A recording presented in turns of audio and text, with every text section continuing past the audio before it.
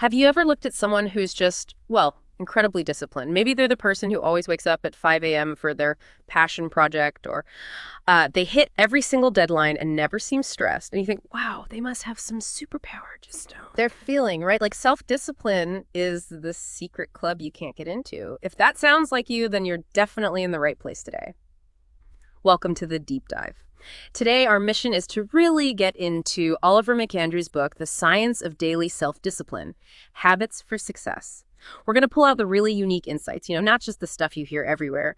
We want to understand how McAndrew helps you build that discipline, those habits, for real success in all parts of your life. Okay, so let's unpack this big idea first, this common misconception. Most of us, myself included sometimes, we see self-discipline as something you're just, born with. Or not, like an innate talent some people just have. What's McAndrew's take on that? Yeah, that's exactly the myth he tackles head on. Yeah. And what's really fascinating is how he just completely reframes it for us. He argues, pretty convincingly, I think, that self-discipline isn't some gift you get at birth. Not at all. It's a skill. A skill. Exactly. Yeah. Like learning guitar or, speaking French. It's something you develop, you refine it. Takes consistent effort, but also using the right strategies. That's key. For McAndrew, it comes down to a few things. Controlling impulses, staying focused, and just keeping going when things get tough. Right. Persistence. Persistence, absolutely. Yeah. So the really powerful message for you listening right now is that you can learn this. It's teachable. That's a huge shift. It means we're not just stuck wishing we were different.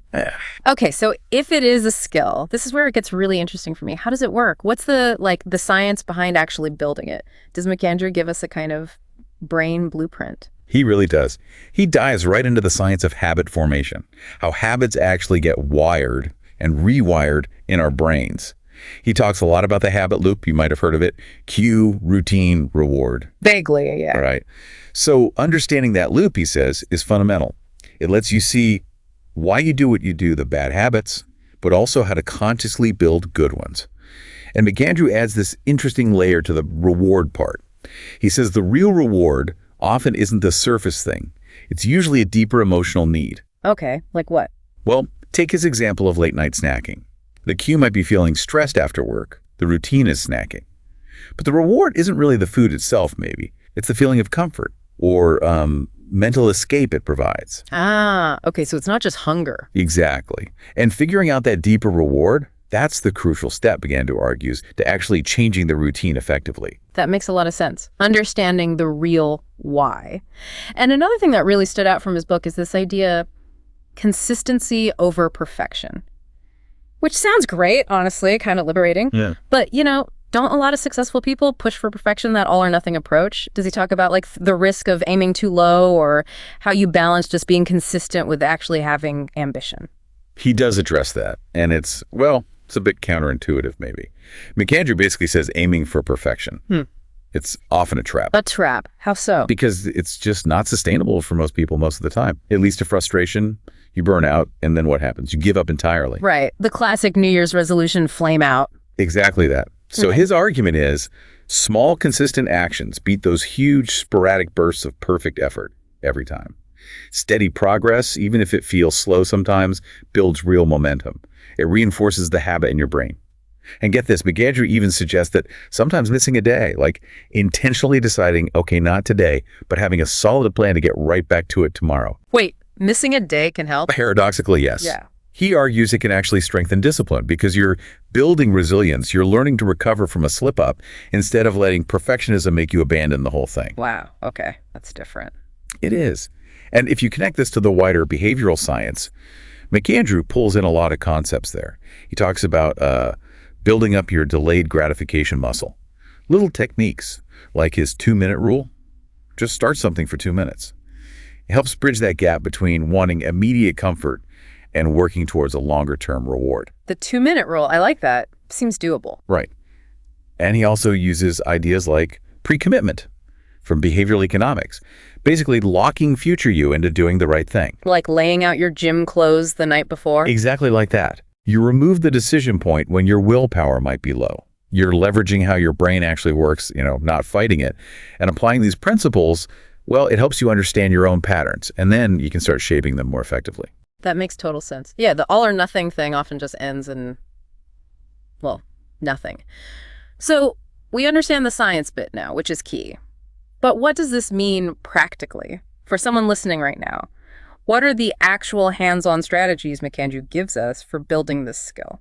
Okay, so he lays out a really clear, actionable toolkit, because we all know that feeling, right? You plan your day perfectly. And then suddenly you're scrolling Instagram for half an hour. Precisely.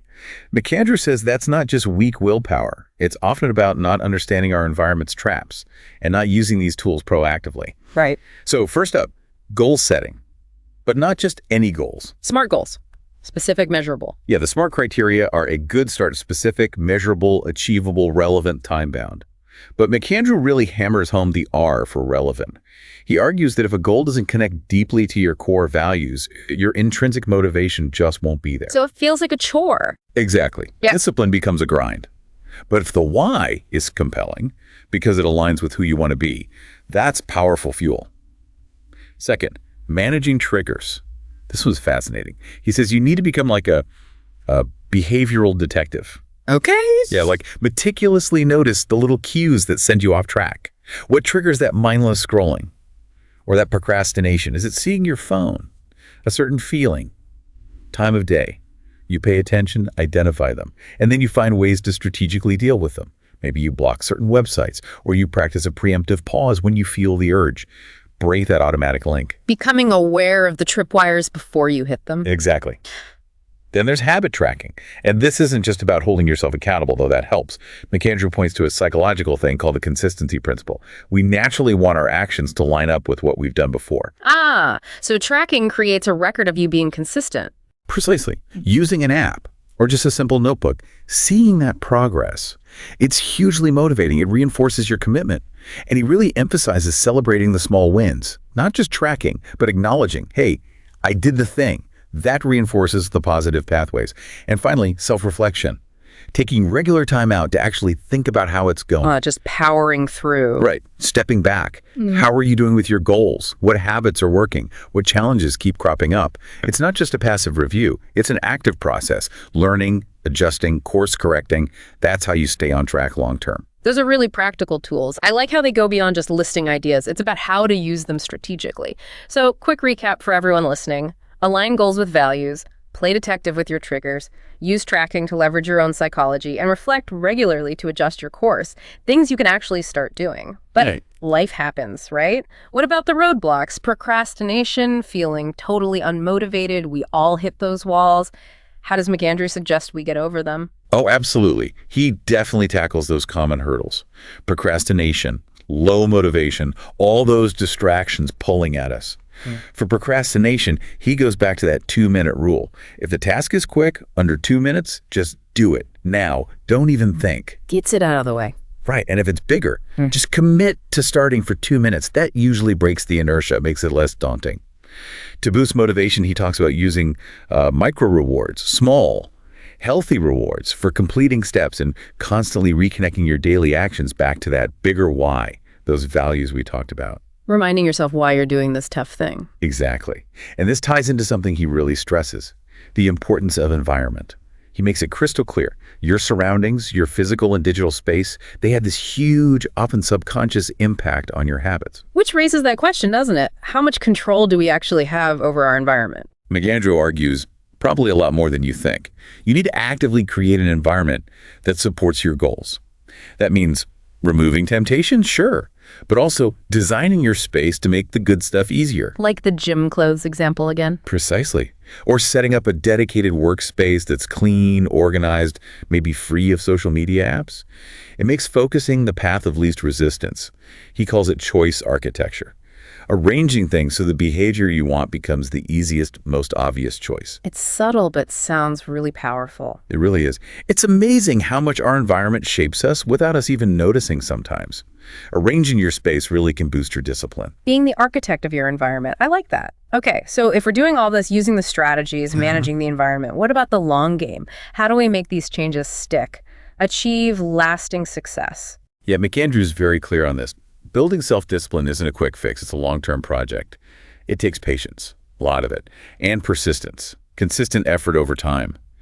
Maintaining discipline isn't something you achieve once and you're done. It's an ongoing process. You have to keep at it, adapt as things change, as your goals evolve. So expect bumps in the road. Absolutely. And crucially, view those setbacks not as failures. Think of them as like data points, learning opportunities. Okay, what went wrong here? How can I adjust? Exactly. Refine your strategies, learn from the slip up, and just keep going. Recommit. Overall, McAndrew's contribution here is really valuable, I think. He gives you this blend of behavioral science insights, the why it works, with really practical step-by-step actions. His focus on consistency, that strategic goal setting, the practical ways to implement it all. It makes the book a fantastic guide for anyone wanting to build habits that last and really make meaningful changes. Okay, so let's wrap up this deep dive. The big takeaways from Oliver McAndrew's The Science of Daily Self-Discipline really seem to be: 1, self-discipline, it's not magic, it's a skill. You can absolutely learn and develop it. 2, consistency really does beat trying to be perfect all the time. Small steps add up. 3, your environment matters a lot. Design it to help you succeed. And all this is backed up by practical strategies grounded in science that McAndrew clearly lays out for us. So here's a final thought to leave you with, building on all this. If self-discipline truly is a skill you can cultivate, what's one small, consistent action, maybe using one of the ideas we talked about today, that you could start right now? An action that might fundamentally change how you see yourself tomorrow. Thanks for joining us on this Step Dive. We look forward to exploring more fascinating topics with you next time.